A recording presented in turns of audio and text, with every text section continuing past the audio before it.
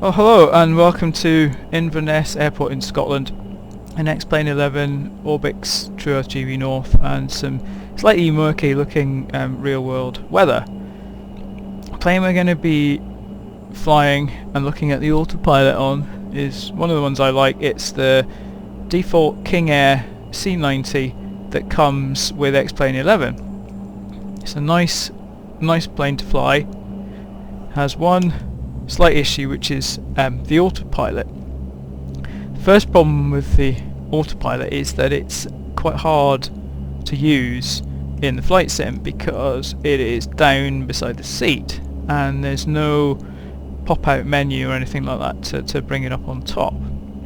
So it's quite difficult, for example, to take off and then try and engage the autopilot, set the speed, vertical speed, or indicate the airspeed mode, and then once you're in level flight it's quite difficult to track heading bug or change the radial for the nav because you've got to use these knobs down here. So there's a few things that can make life a lot easier. So the first thing I'd recommend is that you create a quick access view that takes you to the autopilot. So using the numeric keypad, the numbers, you can assign those to views. So what I do is in this plane I assign the number 2 to a kind of zoomed in overhead view of the autopilot panel. So first thing we'll do, and this is stuff we can do before takeoff. Turn on the flight director, which puts the magenta guide bars into the horizontal display thing. And we'll also, something else I like to do is the data that shows on the display you can change. I quite like to look at wind speed. So turn that on. So now you'll see we've got the wind, 20 knot wind. It's gusting as well, sort of pretty much head on runway 23, and that's shown here. Okay, this is not a bad start. You can get to the autopilot quickly. Got it set up basically. But it'd be nice to be able to take off and then arm the autopilot without having to look down. So what we can do, we can pre-select the mode we want on the autopilot. So let's say we're going to take off on runway heading. The first thing we might want to do is adjust our heading bug. Now to do that we don't really want to have to go down to the autopilot knobs, so what I'd recommend is some keyboard bindings, and I'll just show you the keyboard bindings that I've got. First of all, apologies for this picture, I'm quite embarrassed by the amount of dust on the keyboard. So I didn't realise that until it's one of these things you don't notice until you kind of take a picture of it with a flash or something. So these are the keyboard bindings I use for the autopilot. They're kind of grouped into changing the heading and the nav radials over here and basic functions over here, and then vertical speed up and down over here. So how do you set these bindings up? Well, let's pick one as an example. Let's pick yaw damper on, which is bound to this slash key. So what you do is you go to settings, keyboard. Then there's two things you can do. You can search for commands or search for keys. If I search for that slash key, you'll see it's already bound to yaw damper on. Same way, if I search for yaw damper, you'll find that the commands for yaw damper come up, and then all you have to do if you want to assign a key is click the command you want and then the key that you want to assign it to. So if you go back to look at the key bindings I've got, so heading up and down, these two, nav 1 radial, up, down, left, right, these two, and nav 2, these two. So that lets me change my bearing and nav pointers. So if I just show you now, so if I now want to align the heading bug to the runway, I can just use the keys, and if we just zoom in, so because I'm not quite sure whether you can see it or not, if I can remember what I've got zoom bound to, you see that the heading bug moves with the keyboard. And same thing, we've got the first nav radio here tuned into 109.2, which is the Inverness VOR, currently on a course of 218. Using the home and N keys I can move the desired radial that I want to track on nav as well. So that makes it really easy. So now we don't have to look down to change our heading or our nav radial. Also note that I've assigned keys. Obviously, I've mentioned yaw damper on. Servos on is the command to search for, to actually turn on the autopilot so it's controlling your flight surfaces. So if we take off, we can then press this key to turn yaw damper on, this one to turn servos on. Basically we've turned the autopilot on. Then when you get a bit further on in the flight, you're on your final approach, a few hundred feet from the ground, you want to turn the autopilot off. Again, you don't want to be reaching down looking for a switch, so assign a key. I assign this enter key here at the lower right just because I've got my keyboard sat on top of my yoke and it's next to the throttle quadrant, so it means that when I'm using my hand to control the throttle anyway, I can just reach over with a finger, hit the enter key and disconnect the autopilot and the yaw damper just before landing. The only other two keys I haven't mentioned are these two, which is when you're in a vertical speed mode, you can use these to change the feet per minute up or down, and I'll show that shortly.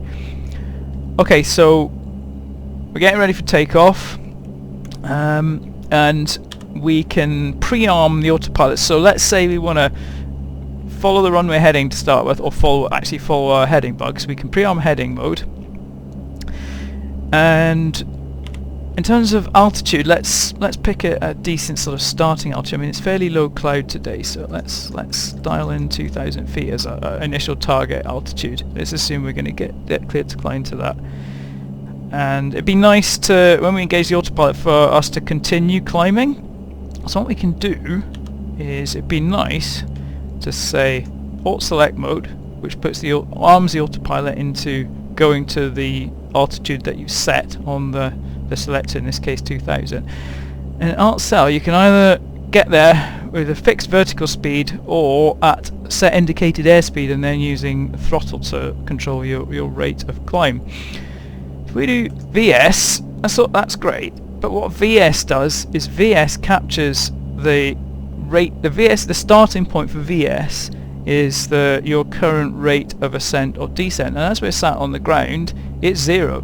So as things stand now, if we take off and engage the autopilot, it'll level out, which is not what we want. We want to be able to set the vertical speed to say, let's say 1,000 feet per minute, roughly matching our initial climb rate. And we have buttons here to do this, and also I have my keyboard bindings. But how do we know what the vertical speed is? Well, I'm pretty sure that I've seen on videos on YouTube that the real autopilot gives you an indication, possibly here or here, of the vertical speed when you change it, and also for indicated airspeed. But in this implementation there's nothing. But what we can do is we can show some more data on the X-Plane screen itself. So if you probably can't read it, but top left of my screen here I've got the usual frame rate readout, and underneath it I have some autopilot data. Now the way that you get this is you go to data output, and you can see here I've got frame rate selected as showing cockpit. If you search for autopilot, there's a data output called autopilot values, which you can also show in the cockpit. Now in case you can't read it, I've got a screenshot of it slightly zoomed in, which I prepared earlier. And this is the data that you get. So it's these three here that are most of interest. So leftmost one is indicated airspeed. This is heading, which is what the heading bug is set to, and it's actually quite handy if you want to get an exact heading, because it's sometimes quite hard to read on the dial without zooming in, but you can get a nice numeric readout of it here. And VVI is the vertical ascent descent rate. So what this means is that, and you may not be able to see this, but currently on the screen the VVI is 0, as we've just selected VS mode while we're sat on the ground. If I now press the plus button on the numeric keyboard or use this, the VVI goes up in 200 feet per minute increments. So I've now got it set to 1000, which means when we engage the autopilot we should find ourselves in heading mode and climbing at 1000 feet per minute, which is roughly going to be what we'll be doing on our first manual part of the flight anyway. So let's see what happens if we give this a go and we take off. So some basic checks before we take off. So we want auto feather on, we want prop sync off, got taxi light can go off, landing lights on, other lights are on. We want about 5 degrees nose up trim for takeoff, and I think that's pretty much it. We're not going to bother with ATC, but we'll make sure our transponder's on, and we tuned in for nav, got our altitude selected, pressure, let's just check we've got our altimeter set, so area QNH is 1017, so let's just dial that in, there we go. Okay, I think we're good to go, so let's do the takeoff. So power almost to maximum, just below the red line, and we'll rotate about 100 knots, so it's 80, quite gusty wind, it's 100, so we start to rotate, so we're climbing, so we'll raise the gear, and we're just going to pull back the power a bit here because this is more of a Sunday drive than a race, and I'm just going to bring the prop back to climb RPM, which is 2000. Now if you notice, the flight director magenta bars are actually, because we pre-selected the autopilot 1000 feet per minute, they're actually telling us what pitch angle we want to match that. So now when I turn the autopilot on, we should find that it just keeps going. So I'm going to turn yaw damper on first, and there's a YD appeared on the display, and I'm going to turn the autopilot on. And there we go, so the autopilot is now in heading mode, which you can see there's a heading indicated on the display here. Yaw damper is on, and we're in vertical speed mode.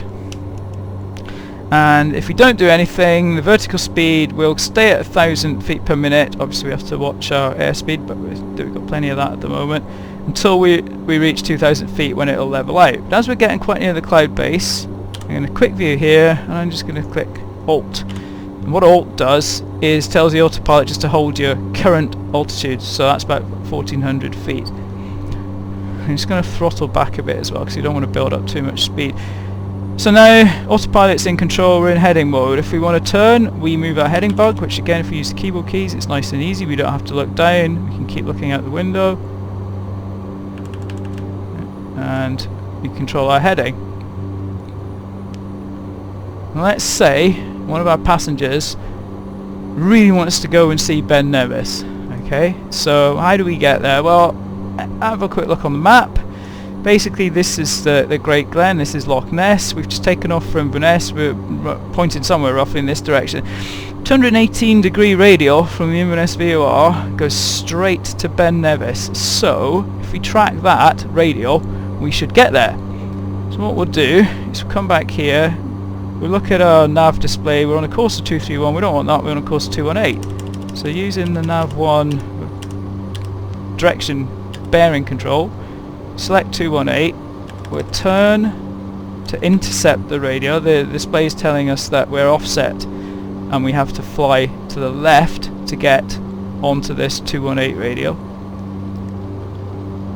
It is quite windy and it's also raining as well, quite gusty. You can see the plane's moving around quite a bit. In fact, the autopilot's nicely on now. We've got time to do other things like turn prop sync on, auto feather off, landing lights off.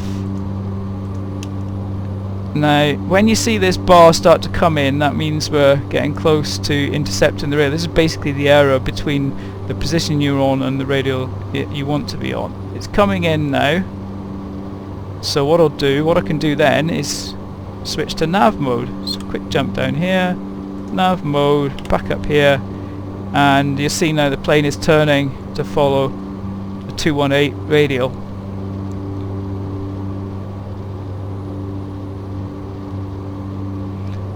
And if we stay on this course, we'll eventually reach Ben Nevis. In fact, we'll hit it because we're only at 1400 feet. So let's climb a bit. Let's say we want to go up to 2000 feet. So what we can do is pre-select a new altitude. Let's do it in indicated airspeed mode this time. We're currently at about 180. Drop down here. We're go alt cell indicated airspeed. Now nothing much will happen at first because we need excess power now to actually climb, although with the wind today it's kind of variable anyway, so I'm just going to increase our power slightly. And what should happen now is that the autopilot will hold the current airspeed, which is set to 180, which you can see up here on the autopilot data reading. And once we've got enough power to exceed 180, the autopilot will then use that to pitch up and increase our altitude up towards 2,000 feet.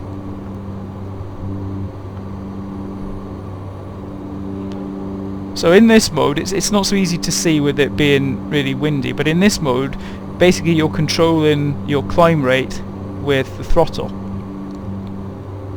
I quite like this mode, although it's more useful when you're descending on approach, but it gives you nice control over your descent rate just by moving the throttle. And again, the autopilot should switch to alt mode now that it's reached 2,000 feet that we've asked it to reach. Now let's say we fancy going and seeing Loch Ness a bit more, and we'll track back onto Ben Nevis later on. What we'll do is we'll just, well, before we do that actually, let's sync our heading bug with our current heading. Switch to heading mode. Now we can just turn to the right to get back to Loch Ness monster spotting, or whatever it is we want to do.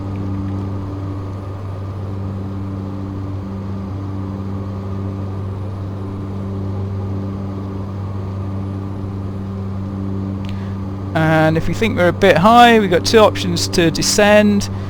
So let's pick 1,500 feet. I like to descend using indicated airspeed. In fact, we're going too fast anyway, so let's just, before we do anything, let's just slow this flight down, because we don't want to be going too fast, especially if we are Nessie-spotting. Let's just throttle it back. And I'm also going to drop the props back to 1900 RPM now that we're not climbing anymore. So we're coming up over Loch Ness now. We can nudge our heading round slightly.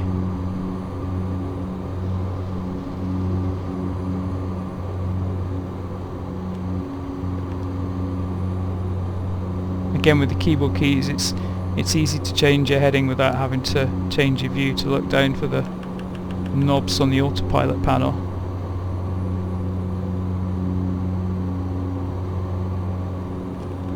So that's pretty good heading for flying along Loch Ness, but we want to be a bit lower, so let's just drop down.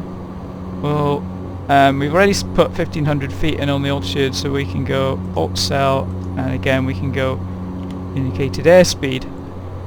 Now nothing happens straight away, just we're going to hold the current airspeed and not go up or down really.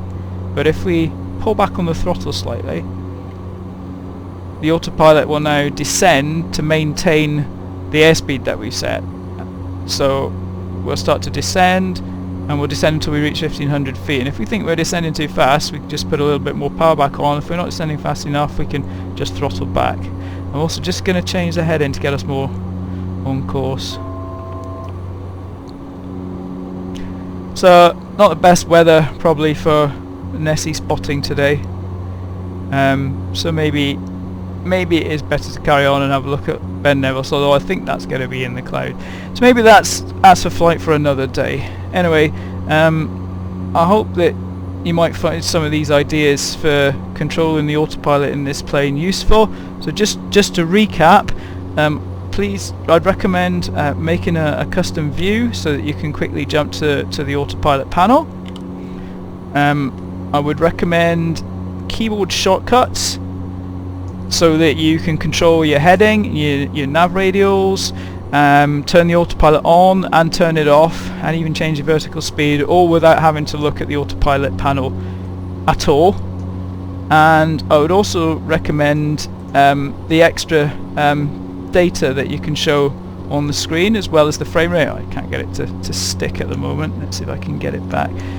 Yeah, so that you can see your indicated airspeed and your vertical speed without, it takes all the guesswork away basically, and it also means you can set those values on the ground before you take off so that you can engage the autopilot during climb, and everything is a lot smoother than basically trying to hunt for the autopilot, keep the plane level, hope you don't run into anything at the same time.